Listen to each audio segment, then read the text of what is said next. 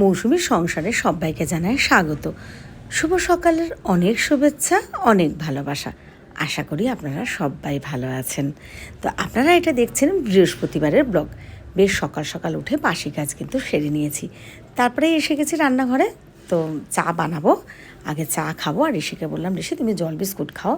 বৃহস্পতিবার সকালবেলা কিন্তু ঋষির পড়া থাকে, কিন্তু আজকে না ওকে পড়তে পাঠালাম না স্যারের কাছে। কারণ হচ্ছে দেখলাম কি হঠাৎ ওর শরীরটা কেমন খারাপ লাগছে, মানে গায়ে যে জ্বর বা ওরকম না, কিন্তু একটা ত্রাস থাকলে যেরকম হয় না। আমি কালকের ভিডিওতেও বলেছিলাম যে ওর শরীরটা মানে একটু হুড়াহুড়ি লাফালাফি করলেই ওর শরীরটা খারাপ হয়। তো যাক, ঋষিকে বললাম তুমি স্কুলে যেও না, মানে স্কুলেও যেতে হবে না, পড়তেও যেতে হবে না, তো একটু রেস্ট নাও আর নিজের টুকটাক কাজগুলো করো। আমি আমার জন্য চা বানিয়ে নিলাম, গ্লাসের জলটা দেখালাম, ওটার মধ্যে না একটু ফ্রিজের জল মিশিয়ে নিয়েছি। আমি সাধারণত ফ্রিজের জল কিন্তু খাই না, আজকে একটু ইচ্ছা হলো তাই সকাল সকাল একটু মিশিয়ে খেয়েছি। এইবার কিন্তু সোজা চলে এসেছি আপনাদের রীতিশা আর আমার রাজকন্যার কাছে। তো ওর মাথা ঘষে ওকে ভালো করে স্নান করিয়ে দিলাম। এবার মাথাটা একটু ভালো করে মুছে দিচ্ছি যাতে জল না থাকে। আর হ্যাঁ, আপনারা অনেকেই বলেছেন, মানে যেহেতু কালকে ফেসবুকে একটা ভিডিও দিয়েছিলাম, মানে রিলসে, যে ও মা এসেছে স্নান টান করিয়ে দিচ্ছে এরকম। তো অনেকেই বলেছেন, ভালোবেসে বলেছেন, ভালো কমেন্ট, যে দিদি বৃহস্পতিবার ওকে মাথা ঘষাবেন না। আমি উত্তরও দিয়েছি, তাও আজকে আবার যা ডেলি ব্লগের এটা বলে দিচ্ছি যে হ্যাঁ, আমি জানি বা আমরা এটা মানি, কিন্তু কি বলে না, যেমন আইন আছে তেমন আইনের ভঙ্গের ব্যাপারও আছে, বা সব কিছুরই একটা ব্যাপার থাকে। তো ওকে আজকে মাথা ঘষাটা জরুরি ছিল। আর ও না মাথাটা আজকে ঘষালে ওর হতো না, ও ঠিক ভালোও থাকতো না। আর ওর মাম্মাম পুজো দিক বা মামি পুজো দিক ওইখানে বসে প্রসাদ খায়, তো যাই হোক সেই জন্যই আমি ওকে মাথাটা ঘষে দিলাম। দেখুন কত কথা আপনাদের সাথে বলছো, কিন্তু যেহেতু আমি ভয়েস দিই না, ওই জন্য ওগুলো স্কিপ করে দিই। আর যেহেতু আমি ফেসবুক মৌসুমি বড়াল ঘোষে ছোটো ছোটো ওর রিল বানিয়ে দিই, আপনারা তো ওর কথা শুনতে খুবই ভালোবাসেন। আবার এক একজন বোন ভাই তো আমাকে এটাও বলেন, দিদি আপনি থামুন, মানে ওর কথাগুলো শুনতে খুব ভালো লাগে, শুনি। আসলে কি আবার অনেকেই প্রশ্ন করে না, দিদি ওর কথাগুলো বুঝি না, তাই একটু ওকে বলতে দিই আর একটু আমি বুঝিয়ে দিই। তো এই দেখুন দুজনে মা আমি একটু আহ্লাদ করছি, আর আমিও পুরো ভিজে গেছি। এবার আমিও স্নান করতে যাব, তো ওকে মাথাটা একবারে ভালো করে ইয়ে করে দিচ্ছি, যাতে কি মাথাটা শুকিয়ে যায়, ঠান্ডাটা না লাগে। কেন ওয়েদারটা খারাপ বা মাথায় জল থাকলে ঠান্ডা লেগে যাবে, ওই জন্য ভালো করে পুছিয়ে দিচ্ছি। আর এই দেখুন দেখাচ্ছে আপনাদেরকে ফোন, এবার ধরছে দেখুন, আমি যে ক্যামেরা করছি সেটাই আবার ওই ফোনটার মধ্যে উঠছে। অনেকে জিজ্ঞেস করেন, দিদি ও কি মানে এই ফোন ব্যবহার করতে পারে? না, ওরকমভাবে তো পারে না, কিন্তু অনেকটা বোঝে। ভগবান বা আপনাদের আশীর্বাদেও শক্তি আছে বোঝার। যখন কারো ফোন আসে না, আমার বাবার ফোনে বা দাদাদের বৌদিদের সবাইকে বলে এই না ফোন এসেছে। আমার বাবার ফোনটা যেহেতু বেশি ব্যবহার করে, কেউ আসলে এগিয়ে দেয় বাবাকে ফোনটা, তো ঠিক বলে দেয় মা ফোন করেছে, কি মামা ফোন করেছে, মামি ফোন করেছে, বা কেউ যেটা না জানে বোঝে না যে দাদু নাও, এরকম কিন্তু অনেকটাও বোঝে, কিন্তু এটা তো বোঝে না যে পুরো ফোনটা যে ব্যবহার করা।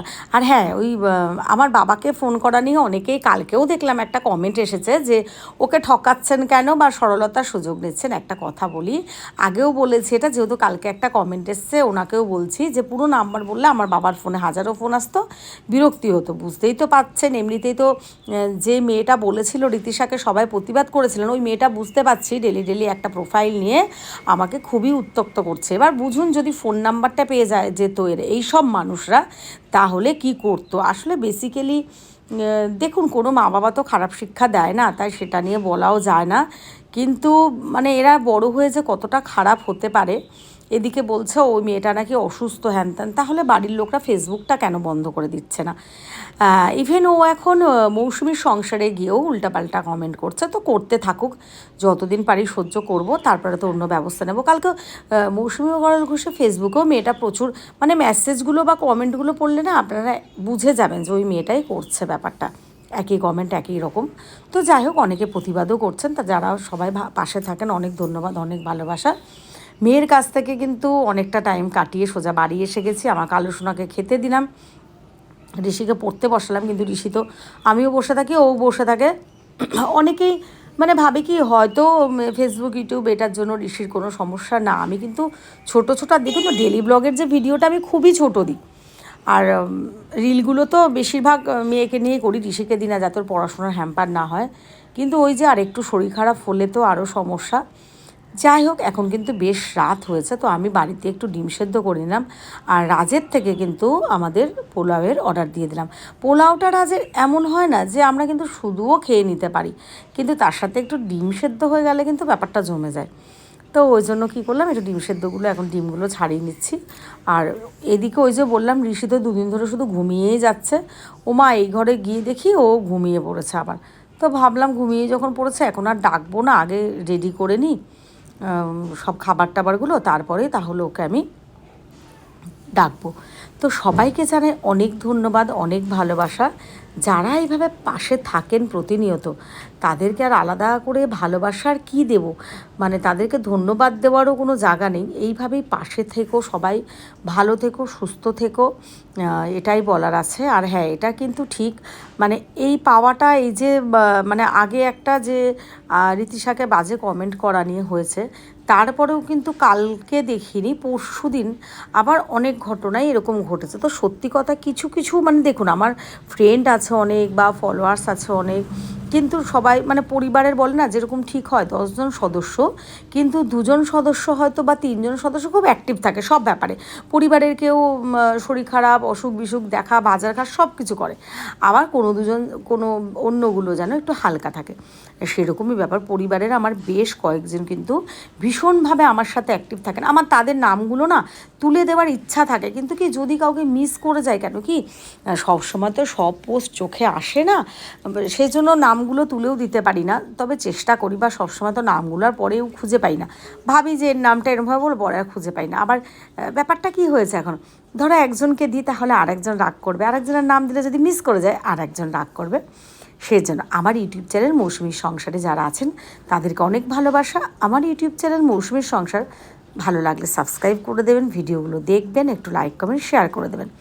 সবশেষে আর একটা কথা বলি, মানে এই যে এখন না আমি জানি না কেন, তো কালকে আমার একটা মেয়ের মতো আমার সাথে কথা হচ্ছিল, সে বলল যে কাকিমা তুমি এইসব নিয়ে করো না। মানে আমার ফ্রেন্ডে যারা 5,000 ছিল অনেকেই আনফ্রেন্ড করে দিচ্ছে। তো তখন আমি বলছিলাম যে কেন, তা বললো দেখো কাকিমা, তুমি এখন ইনকাম করছো, একরকম জায়গায় এসেছো, তো এতে অনেকেই কিন্তু কমে যেতে পারে, তুমি এইসব নিয়ে দুঃখ করো না। আমার আর একটা ভাই আছে, লাইভে এসেছিলো, গেছিলাম ওর লাইভে, তো বললো আমাদের নিউ নববারাকপুরের একটা নজির দিদি, আমার অনেক ভালোবাসা, ধন্যবাদ, তুমি যে কিছু করে দেখিয়েছো তুমি এটার জন্য। মানে যখন এইসব কথাগুলো শুনি না, সত্যি কিন্তু খুব ভালো লাগে নিজের থেকে, যে সত্যি আজকে যে লড়াই লড়েছি তো সাকসেস হচ্ছে। ওই জন্য যারা নতুন মানে এরকম কিছু ভাবছো, তো তাদের উদ্দেশ্যে একটা কথাই বলবো, অনেকে সরে যাবে, অনেকে আসবে, অনেকে বাজে কমেন্ট করবে, অনেকে ভালো কমেন্ট করবে, সব কিছু নিয়েই থাকতে হবে। আর যারা বাজে কমেন্ট করছে বা রিয়েক্ট দিচ্ছে, তাতেও কিন্তু তোমার এঙ্গেজমেন্ট বাড়বে, তোমার প্রোফাইলেরই কিন্তু ভালো হবে। তো এইভাবে এগিয়ে যাও, সবাই ভালো থেকো, সুস্থ থেকো, পাশে থেকো, সবাইকে জানাই শুভরাত্রি। চোখ রাখো পরের আর একটা ভিডিওতে, আশা করি তোমাদের ভালো লাগবে। চলো।